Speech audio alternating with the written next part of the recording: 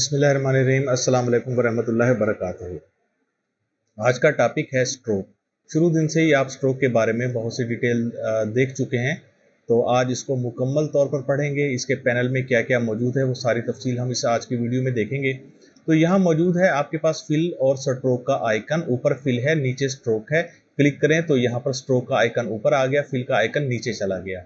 Colour swap करना हो stroke का फिल में, फिल का स्ट्रोक में, तो ये स्वैप का आइकन है, यहाँ स्वैप पे क्लिक कर दें या कीबोर्ड से शिफ्ट एक्स प्रेस कर दें तो भी ये कलर शिफ्ट हो जाते हैं, फिल से स्ट्रोक में, स्ट्रोक से फिल में।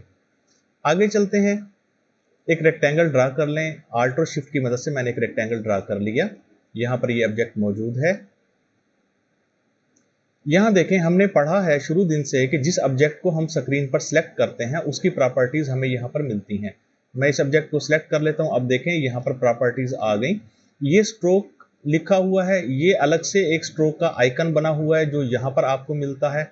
और यहाँ पर आप स्ट्रोक वेट बढ़ा सकते हैं। सिलेक्ट करें इसको, मिडल माउस बटन को स्क्रॉल अप करें तो स्ट्रोक वेट बढ़ जाएगा। Middle mouse button scroll down करें तो स्ट्रोक वेट कम हो जाएगा। अगर आप यहाँ से नहीं करना चाहते तो यहाँ पर कुछ लिखे हुए हैं स्ट्रोक वेट, आप उस पर किसी पे क्लिक कर दें, वो अप्लाई हो जाएगा। या अप एरो या डाउन एरो की मदद से भी किया जा सकता है, या यहाँ इसको सिलेक्ट कर आप अपनी मर्जी का स्ट्रोक पॉइंट दे दें इसको, स्ट्रोक वेट, ये उतना ही अप्लाई हो जाएगा। मैंने 50 पॉइंट का स्ट्रोक अप्लाई कर दिया। अगर आप यहाँ पर स्ट्रोक के इस लफ्ज पे क्लिक करें, बल्कि इससे पहले ये देख लें कि स्ट्रोक का कलर चेंज करना हो तो कैसे करेंगे। इस स्ट्रोक के आइकन पे क्लिक करें और ये स्विचेस आपको यहाँ पर ओपन होकर नजर आते हैं सामने। ये स्विचेस यहाँ ऊपर भी मौजूद हैं, यहाँ क्लिक करें और ये कलर चेंज हो गया। अगर आप यहाँ से नहीं करना चाहते तो इस आइकन पे डबल क्लिक कर लें, यहाँ से भी आप कलर स्कीम चेंज कर सकते हैं। स्ट्रोक कलर चेंज हो गया। अब की बार आप यहाँ आ जाएं, स्ट्रोक के लफ्ज पे क्लिक करें तो देखें ये आपको पूरा पैनल स्ट्रोक का मिलता है। मैं यहाँ बाहर कहीं क्लिक कर देता हूँ, यहाँ आ जाएं, ये देखें 3 आइकन है, स्ट्रोक है, उसके बाद ग्रेडियंट है और ट्रांसपेरेंसी है। तो ये स्ट्रोक का पैनल यहाँ पर भी हमें मिलता है, उसके बाद ग्रेडियंट और ट्रांसपेरेंसी, स्ट्रोक। लेकिन यहाँ बात यह है, ये पैनल पूरा खुला हुआ नहीं है। यहाँ पर हमने क्लिक किया तो ये पैनल पूरा खुल गया था। अगर आप यहाँ से ओपन करना चाहते हैं तो ये फ्लाई आउट बटन है, शो ऑप्शंस पे क्लिक करें। अब ये स्ट्रोक का पूरा पैनल आपको बाहर यहाँ नजर आ जाएगा। स्ट्रोक को क्लिक करें, मूव करें, ड्रैग करें, बाहर ले आएं। अब देखें यहाँ पर सिर्फ 2 पैनल बाकी बचे हैं, तो स्ट्रोक का पैनल यहाँ आपको मिल जाता है। मैं इसको अगर यहाँ से बंद कर दूं तो अब यहाँ से स्ट्रोक का आइकन भी गायब हो गया। वर्क स्पेस स्विचर में चले जाएं और रीसेट एसेंशियल क्लासिक पे क्लिक कर दें तो स्ट्रोक का आइकन वापस आ गया। यहाँ ऊपर अगर आप गौर करें, सिलेक्ट करें इस ऑब्जेक्ट को तो इसकी प्रॉपर्टीज आपको यहाँ ऊपर भी मिल जाती हैं। यही का यही पैनल आपको यहाँ पर मिलता है। यहाँ से सबसे पहले आप कलर चेंज कर सकते हैं।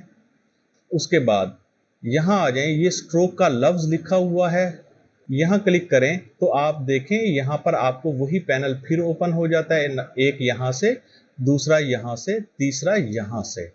आगे चलें तो आपको स्ट्रोक वेट के लिए वही छोटी सी एक विंडो नजर आती है। यहाँ से आप स्ट्रोक वेट बढ़ा सकते हैं, कम कर सकते हैं, जो विंडो आपको यहाँ मिलती थी। ये वही अप एरो, डाउन एरो हैं, ये वही लिखे हुए इसके बाय डिफॉल्ट स्ट्रोक वेट, आप किसी को भी सिलेक्ट कर सकते हैं। अगर आप विंडो के मेन्यू में चले जाएं और यहाँ पर स्ट्रोक पे क्लिक कर दें या कंट्रोल F10 अपने कीबोर्ड से प्रेस कर दें तो देखें यहाँ क्लिक किया तो वही पैनल अब की बार यहाँ से ओपन हो गया। एक मरतबा फिर से आप इसको बाहर निकाल सकते हैं और शो ऑप्शन पे क्लिक कर दें। तो देखते हैं तफसील के साथ स्ट्रोक के इस पैनल में क्या है। सबसे पहले शुरू में तो वही वेट है, इसका बढ़ा लें, कम कर लें। यहाँ पर वही लिखे हुए वेट हैं, आप कम या ज़्यादा कर सकते हैं। स्क्रॉल करें up down middle mouse button को तो यहाँ से हो जाएगा और ये यहाँ से भी हो जाएगा। आगे हमें चंद चीज़ें मिलती हैं। सबसे पहले आता है कैप्स, फिर कॉर्नर और उसके बाद आता है अलाइन स्ट्रोक।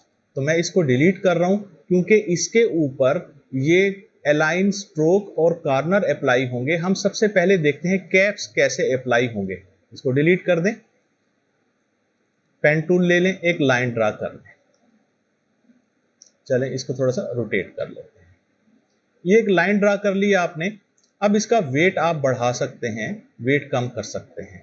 लेकिन इसके ऊपर जो कैप अप्लाई हुआ है वो सबसे पहला कैप है बट कैप।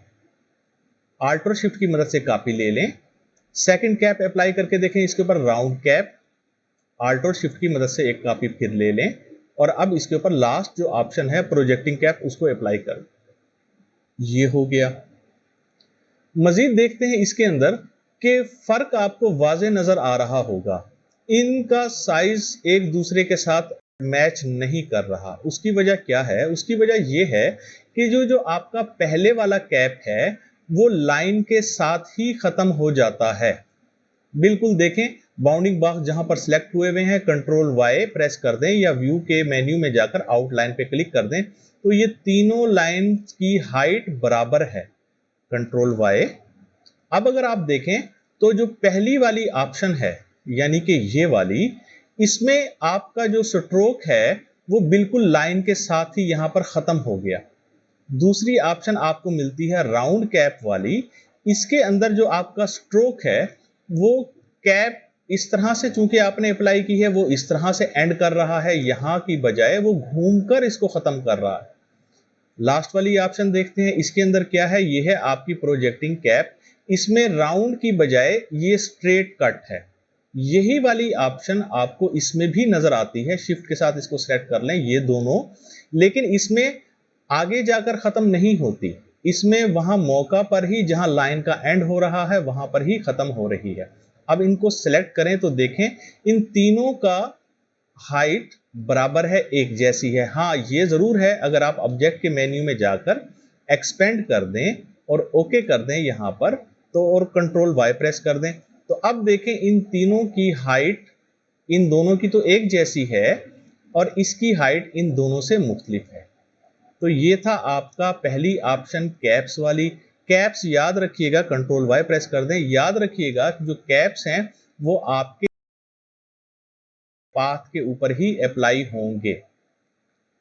अच्छा, अभी अगर आपने इसके ऊपर कोई कैप अप्लाई कर दी है और अगर आप यहां देखें जो पहले भी हम पढ़ चुके हैं तो ये ऑप्शंस भी इसके लिए, ये प्रोफाइल्स, आप इन प्रोफाइल्स को भी इसके ऊपर इस्तेमाल कर सकते हैं।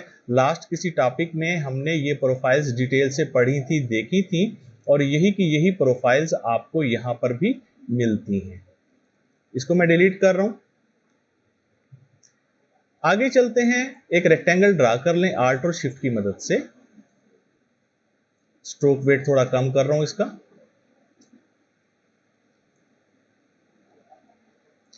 यहां पर आपको मिलते हैं कॉर्नर्स। देखें इस वक्त इसके ऊपर ये पहली जो ऑप्शन है माइटर ज्वाइन की, ये ऑप्शन इसके ऊपर अप्लाई हुई है, यानी कि इस तरह से शार्प कॉर्नर आपको नजर आता है।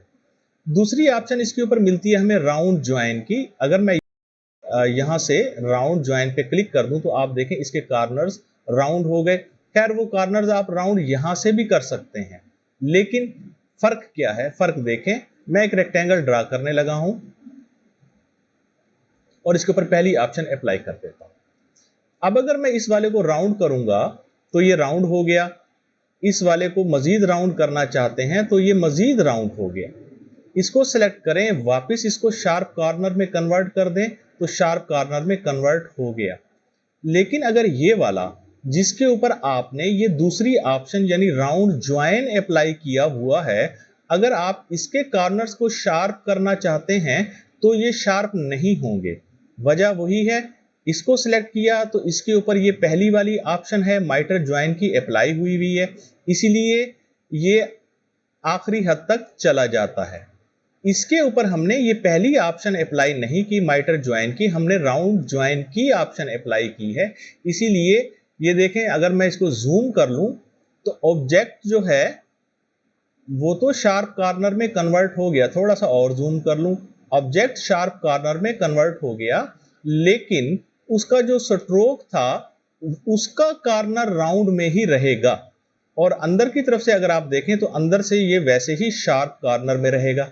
अगर आप इसको थोड़ा सा और राउंड में करना चाहें तो अब अंदर वाली साइड से भी ये राउंड हो गया, और अगर बाहर मुकम्मल तौर पर शार्प कर दें तो अंदर से ये शार्प नजर आएगा, बाहर से मुकम्मल तौर पर राउंड ही नजर आएगा। इसको सिलेक्ट करें, इसमें ये चीज गौर से देखें तो इसमें ये राउंड है अंदर बाहर से, और अंदर और बाहर से शार्प है। तो ये थी आपकी दूसरी ऑप्शन। आगे चलते हैं, हमें मिलता है बेवल ज्वाइन। अच्छा, एक काम और कर लें, इसको सिलेक्ट करें, डिलीट करें, आल्ट और शिफ्ट की मदद से कॉपी ले लें, यहाँ आ जाएं। और वो इस वजह से क्योंकि आगे जो अलाइन स्ट्रोक की ऑप्शन है उसमें हमारे ये चीज़ काम आएगी, वक्त बच जाएगा। आल्ट और शिफ्ट की मदद से कॉपी ली, दूसरी पे मैंने ये वाली ऑप्शन अप्लाई कर दी, राउंड वाली। थोड़ा सा मैं इसको बढ़ा दूं ताकि सही तरीके से नजर आए। अब ऐसा करें, आल्ट और शिफ्ट की मदद से इसी की ही एक कॉपी ले लें और अब की बार ये लास्ट वाली ऑप्शन जो है इस पे अप्लाई कर दें, बेवल ज्वाइन। क्लिक किया तो ये है आपका बेवल ज्वाइन। वही वाली चीज आपको इसमें भी मिलती है, अंदर से ये शार्प है और बाहर से ये कट से लग गए हैं। अगर आप इसको राउंड करना चाहें तो इसको राउंड किया जा सकता है। अगर आप इसको वापस लेकर जाएंगे तो ये शार्प नहीं होगा, उसकी वजह कि आपने इसके ऊपर ये वाली ऑप्शन अप्लाई कर दी बेवल ज्वाइन की। इन केस आप काम कर रहे हैं, काम के दौरान आपने किसी ऑब्जेक्ट पे ये चीज अप्लाई कर दी, ये वाले कॉर्नर अप्लाई कर दिए, जब आप कोई नेक्स्ट क्रिएट करने लगते हैं तो अब आपको कंफ्यूज होने की जरूरत नहीं है। आप ऐसा करें, यहाँ वापस आ जाएं, इस वाली ऑप्शन पे, पहली वाली पे क्लिक कर दें तो ये अब आपको बाय डिफॉल्ट जो कॉर्नर होते हैं वैसा ही मिलेगा। डिलीट कर दें, इसको सिलेक्ट करें और सबके ऊपर मैं ये पहली वाली ऑप्शन अप्लाई कर रहा हूं। आगे चलते हैं, इसमें है अलाइन स्ट्रोक। अलाइन स्ट्रोक क्या चीज है? ये बिल्कुल वैसा ही है जैसा कि यहां ऊपर हमने कैप्स को देखा था। देखें, पहले वाले पे आपने अप्लाई किया है, मैं जूम कर लूं इसको, ये है आपका अलाइन स्ट्रोक टू सेंटर, यानी ये जो हाईलाइट हुआ हुआ है ये आपका ऑब्जेक्ट है जो आपने ड्रा किया है और यही ही इसका साइज है 242 पिक्सल्स।